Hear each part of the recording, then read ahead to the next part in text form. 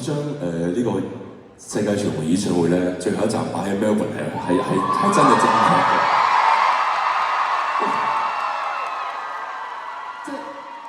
即係令到我哋成個團隊都意猶未盡㗎，因為你哋反應。有冇搞錯啊？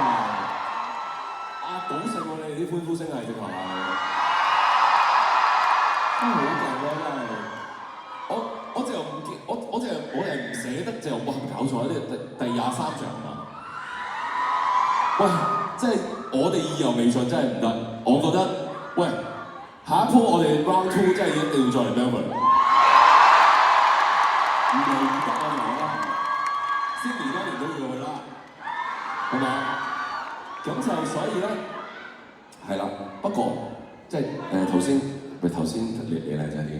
頭先咧即係睇到大家即係可能有啲以前我做嘅角色，可能大家係睇過啦。即係我見大家可能有反應，可能應該係睇過啦。咁咧咩名咩？係知道。咁就其實頭先係少咗個，其實係少咗個。我琴日喺Sydney嘅時候，前日我同導演講，我以為佢會好醒啦，加翻落去啦，係未加嘅，即係可能個 round 2啦，先至加係嘛？係嘛導演？係嘛 ？OK。邊個未睇《尋秦記》電影？翻去即刻同我睇10次。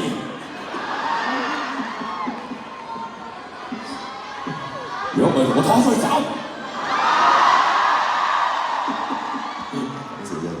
拖出嚟攬就得㗎啦。咁就非常多謝大家。咁係我終於可以救到你澳洲呢邊開演唱會啦。咁我希望下次可以去多啲地方啦。即係我頭先我聽過朋友有咩紐西蘭有咩成日好多，同埋澳洲有其他嘅城市係嘛？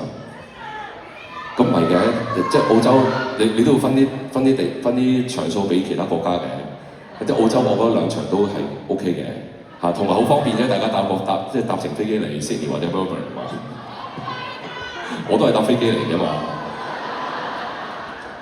OK， 咁就係啦，好多謝大家。咁其實我哋可以做一個世界巡迴演唱會，其實台前幕後要多謝好多人。咁的而且確唔容易嘅。